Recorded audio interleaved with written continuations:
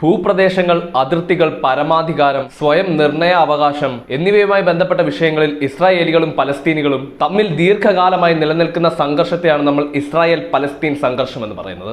ഏതാണ്ട് 20-ാം നൂറ്റാണ്ടിന്റെ മധ്യത്തിൽ തുടങ്ങി ലോകത്തിലെ ഏറ്റവും ദൈർഘ്യമേറിയ സംഘർഷങ്ങളിൽ ഒന്നായി ഇത് മാറി. ഇസ്രായേൽ പലസ്തീൻ സമാധാന പ്രക്രിയയുടെ ഭാഗമായി സംഘർഷം പരിഹരിക്കുവാൻ വേണ്ടി വിവിധ ശ്രമങ്ങൾ നടന്നിട്ടുണ്ട്. പക്ഷേ എല്ലാം പരാജയപ്പെട്ടുകൊണ്ടേയിരുന്നു. ഇങ്ങനെ ദീർഘകാലമായി അരങ്ങേറുന്ന ഈ ഒരു സംഘർഷം ഇന്ന് സുപ്രധാന പാതയായ ചെങ്കടലിൽ ഹൂതികൾ ഉയർത്തുന്ന ഭീഷണി കാരണം ആഗോള വ്യാപാര മേഖലയെ പോലും ഇന്ന് വെല്ലുവിളിയിലാഴ്ത്തിയിരിക്കുകയാണ്.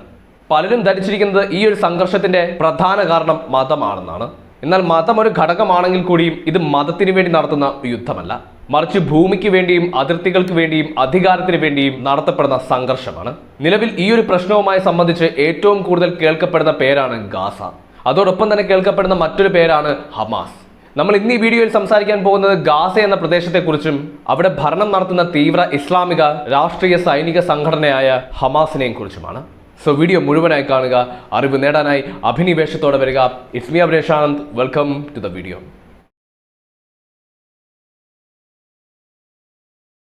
മെഡിറ്ററേനിയൻ കടലിലെ ഒരു ചെറിയ തുണ്ടുഭൂമി, ലോകത്തിന്റെ കണ്ണീർ ചീന്ത് പോലെ കാണപ്പെടുന്ന ഒന്ന്. 2 കഷ്ണങ്ങളായി വിഭജിക്കപ്പെട്ട പലസ്തീന്റെ ചെറിയ കഷ്ണം. ഏകദേശം 23 ലക്ഷം പലസ്തീനികളുടെ ജന്മഭൂമിയാണ് ഈ ഗാസ സ്ട്രിപ്പ്. പലസ്തീൻ ഭൂപ്രദേശത്തിലെ ചരിത്രപരമായ ഈ ഒരു മേഖല ഏഷ്യയുടെയും യൂറോപ്പിന്റെയും ഏറ്റവും പ്രധാനപ്പെട്ട തീരമാണ്. ഗാസ എന്നും അധിനിവേശ ശക്തികളുടെ അധികാര ചുവട്ടിൽ വീർപ്പ് മുട്ടിക്കഴിയുന്ന ഒരു പ്രദേശമാണ്. പണ്ട് ഒട്ടോമൻ സാമ്രാജ്യത്തിന്റെ ഭാഗമാക്കപ്പെട്ട ഗാസ പിന്നീട് കാലങ്ങളോളം ബ്രിട്ടീഷ് അധികാരത്തിന്റെ കീഴിലുമായി. പിന്നീട് ഗാസയെ ഈജിപ്ത് തങ്ങളുടെ കാൽച്ചുവട്ടിലാക്കി. തുടർന്നങ്ങോട്ട് ഇസ്രായേൽ സൈന്യത്തിന്റെ അധിനിവേശം അവർ നേരിട്ടുകൊണ്ടേയിരിക്കുന്നു. മെഡിറ്ററേനിയൻ കടലിന്റെ പടിഞ്ഞാറൻ ഭാഗത്തായിട്ടാണ് ഗാസ മുനമ്പ് സ്ഥിതി ചെയ്യുന്നത്. ഇതിന്റെ വടക്ക് കിഴക്ക് ഭാഗം ഇസ്രായേലാണ്.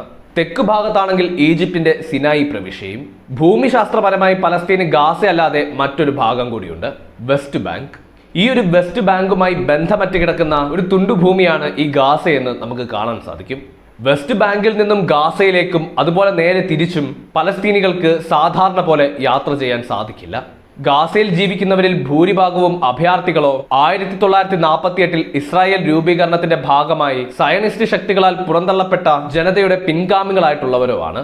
സയനിസ്റ്റുകൾ എന്ന് വെച്ചാൽ സയനിസം എന്ന ഐഡിയോളജിയിൽ തീവ്രമായി വിശ്വസിക്കുന്നവരാണ്. അതായത് ഇസ്രായേലിന്റെ ഡെവലപ്മെന്റിനു വേണ്ടിയും പ്രൊട്ടക്ഷനു വേണ്ടിയും തീവ്രമായി വാദിക്കുന്നവർ. ഇവരാലാണ് പലസ്തീനികൾ ഇസ്രായേലിൽ നിന്നും പുറന്തള്ളപ്പെട്ടത്. ഈ ഒരു പുറന്തള്ളപ്പെടലിനെ പലസ്തീനികൾ നഗ്ബ അഥവാ മഹാവിപത്ത് എന്നാണ് വിളിക്കുന്നത്. ഇത്തരത്തിൽ സ്വന്തം മണ്ണ് ഉപേക്ഷിക്കപ്പെട്ട് ഗാസ മുനമ്പിൽ എത്തപ്പെട്ടവർ തങ്ങളെ ഗാസക്കാർ എന്ന് വിളിക്കുന്നത് തീരെ ഇഷ്ടമല്ലാത്തവരാണ്. കാരണം വേറൊന്നുമല്ല, അങ്ങനെ തങ്ങൾ വിളിക്കപ്പെടുകയാണെങ്കിൽ ഈ ഒരു മുനമ്പിൽ തന്നെ ഉള്ളവരായി അവർ മാറ്റപ്പെടും എന്നാണ് അവർ കരുതുന്നത്. അങ്ങനെ സംഭവിച്ചാൽ സ്വന്തം വീടുകളിലേക്ക് ഒരിക്കൽ മടങ്ങിപ്പോവാനുള്ള അവരുടെ അവകാശം നഷ്ടപ്പെട്ടു പോകുമോ എന്നും അവർ ഭയപ്പെടുന്നുണ്ട്. ദരിദ്രമായ കോൺക്രീറ്റ് ചേരികളിൽ ടെന്റ് കെട്ടി പാർക്കുന്ന ഒരു സമൂഹമായി ഇന്നവർ മാറിയിരിക്കുന്നു. ഗാസയിലെ യുവാക്കളിൽ അധികവും ഈ ഒരു പ്രദേശത്തിന് പുറത്തേക്ക് കടക്കാൻ ഇതുവരെയായിട്ടും സാധിക്കാത്തവരാണ്. 1967 യുദ്ധത്തിലാണ് ഈജിപ്തിന്റെ കയ്യിൽ നിന്നും ഗാസ ഇസ്രായേൽ തങ്ങളുടെ അധീനതയിലാക്കുന്നത്. 2005 വരെ ഇസ്രായേൽ സൈന്യത്തിനായിരുന്നു അവിടുത്തെ അധികാരം.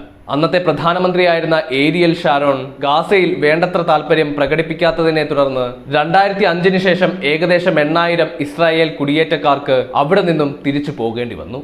ഷാരോണിനെ സംബന്ധിച്ച് വെസ്റ്റ് ബാങ്ക് ആയിരുന്നു അയാളുടെ ലക്ഷ്യം. കാരണം വേറൊന്നുമല്ല, ബൈബിൾ പ്രകാരം ജൂതരുടെ ഹൃദയഭൂമിയായി പറയപ്പെടുന്ന വെസ്റ്റ് ബാങ്കിൽ നിയന്ത്രണം ഉറപ്പിക്കാനാണ് ഷാരോൺ ആഗ്രഹിച്ചതും.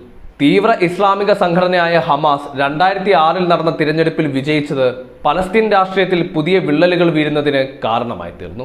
ആഗോളതലത്തിൽ പലസ്തീന്റെ അംഗീകൃത പ്രതിനിധികളായി അംഗീകരിക്കപ്പെട്ട പലസ്തീൻ ലിബറേഷൻ ഓർഗനൈസേഷനും ഹമാസിനുമിടയിൽ വൈകാതെ സംഘർഷങ്ങൾ ഉടലെടുത്തു.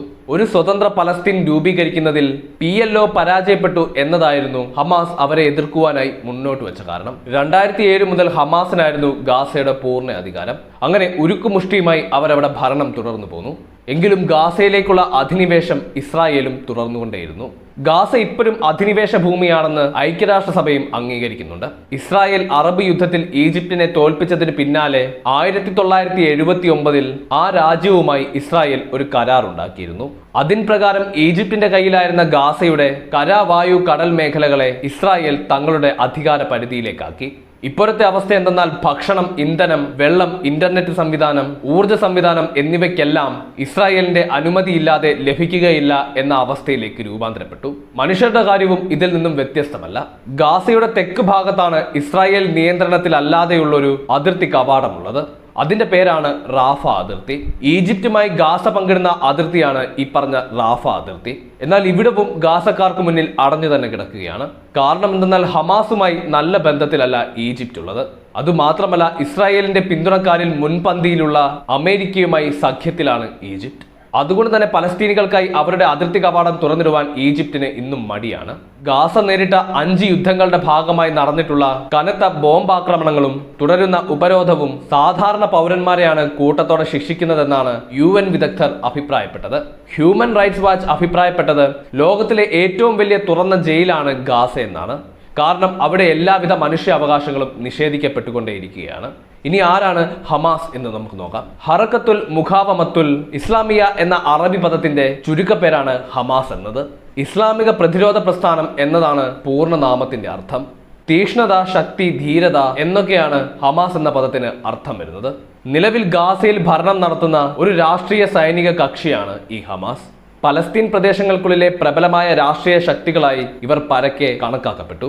ഇസ്രായേൽ അധിനിവേശത്തിനെതിരായ ആദ്യ ഇന്തിഫാദ ആരംഭിച്ചതിന് ശേഷമാണ് അഹമ്മദ് യാസീൻ എന്ന മതപണ്ഡിതൻ ഹമാസിന് രൂപം നൽകിയത്. 1973 മുതൽ അതുവരെ പ്രവർത്തിച്ചു പോന്നിരുന്ന മുജാമ അൽ ഇസ്ലാമിയ എന്ന സന്നദ്ധ സംഘടനയാണ് ഹമാസായി രൂപാന്തരപ്പെട്ടത്.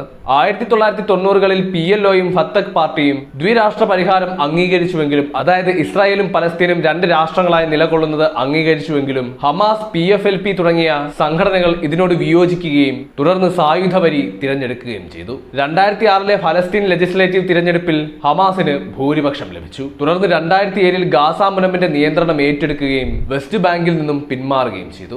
2007 മുതൽ ഇസ്രായേലിനും ഹമാസിനുമിടയിൽ നിരവധി ഏറ്റുമുട്ടലുകൾ ഉണ്ടായിട്ടുണ്ട്. പലസ്തീൻ ഒരു ഇസ്ലാമിക രാജ്യമായി സ്ഥാപിക്കണം എന്നതാണ് ഹമാസിന്റെ ആഗ്രഹം. ഫത്തഹുമായിട്ടുള്ള വിവിധ കരാറുകളിൽ പലപ്പോഴും 1967ലെ അതിർത്തികളെ മാനിക്കണമെന്ന് ഹമാസ് വ്യക്തമാക്കിയിട്ടുണ്ട്. 2017ലെ ഹമാസ് ചാർട്ടിൽ 1967ലെ അതിർത്തി പ്രകാരം ഒരു ഫലസ്തീൻ രാഷ്ട്രം എന്നത് തത്വത്തിൽ അംഗീകരിച്ചതായി പല നിരീക്ഷകരും വിലയിരുത്തിയിട്ടുണ്ട്. ഇസ്ലാമിസത്തിലൂന്നിയ പലസ്തീൻ ദേശീയതയാണ് ഹമാസ് പ്രോത്സാഹിപ്പിക്കുന്നത്. അങ്ങനെ ഹമാസ് ഇസ്രായേലിനെതിരെ ജിഹാദ് അഥവാ സായുധ പോരാട്ടം എന്ന നയം പിന്തുടർന്നു പോന്നു.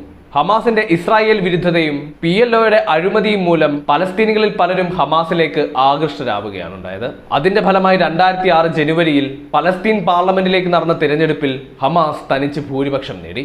അമേരിക്കൻ ഭരണകൂടത്തിന്റെ പിന്തുണയോടെ സമാധാനപരമായി നടന്ന തിരഞ്ഞെടുപ്പിൽ US-ന്റെ കരിമ്പട്ടികയിലുള്ള സംഘടന തന്നെ വിജയം നേടിയത് ഒരു നിർണായക രാഷ്ട്രീയ സംഭവമായി വിലയിരുത്തപ്പെട്ടു.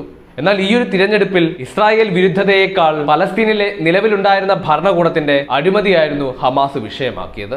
Canada, Israel, Britain, America, Japan, Australia എന്നീ രാജ്യങ്ങളും യൂറോപ്യൻ യൂണിയനും ഹമാസിനെ ഒരു ഭീകര സംഘടനയായി പ്രഖ്യാപിച്ചിട്ടുണ്ട്. എന്നാൽ അതേസമയം ന്യൂസിലൻഡും പരാഗ്വേയും ജപ്പാനും ഹമാസിന്റെ സൈനിക വിഭാഗത്തെ മാത്രമേ തീവ്രവാദ സംഘടനയായി പ്രഖ്യാപിച്ചിട്ടുള്ളൂ. ഇസ്മായിൽ ഹനിയയാണ് ഹമാസിന്റെ നേതാവ്. ഹമാസും ഇസ്രായേലും ഗാസ മുനമ്പിൽ നിരവധി തവണ ഏറ്റുമുട്ടിയിട്ടുണ്ടെന്ന് നമ്മൾ പറഞ്ഞു. അതിൽ ഏറ്റവും പ്രധാനപ്പെട്ട ഏറ്റുമുട്ടലുകൾ നടന്നത് 2008, 2009, 2012, 2014, 2023 എന്നീ വർഷങ്ങളിലാണ്. 2023ലെ അപ്രതീക്ഷിത നീക്കത്തിൽ അതിർത്തി ഭേദിച്ചു കടന്ന ഹമാസ് സൈനികർ ഇസ്രായേലി സൈനിക കേന്ദ്രങ്ങൾ ആക്രമിക്കുകയും സൈനികരെയും സിവിലിയന്മാരെയും അടക്കം നിരവധി പേരെയും ബന്ദികളാക്കുകയും ചെയ്തു. ഗാസ എന്നത് ഉപരോധിതമായ ഒരു പ്രദേശമാണ്. ഈജിപ്തുമായിട്ടുള്ള റാഫ അതിർത്തി ഒഴികെ മറ്റെല്ലാ ഭാഗവും ഇസ്രായേൽ നിയന്ത്രിതവുമാണ്. ഗാസയെക്കുറിച്ചും ഹമാസിനെക്കുറിച്ചുമാണ് നമ്മൾ ഇന്ന് സംസാരിച്ചത്. മറ്റൊരു വീഡിയോയിൽ മറ്റൊരു ടോപ്പിക്കുമായി വീണ്ടും കാണുന്നത് വരെ ബൈ.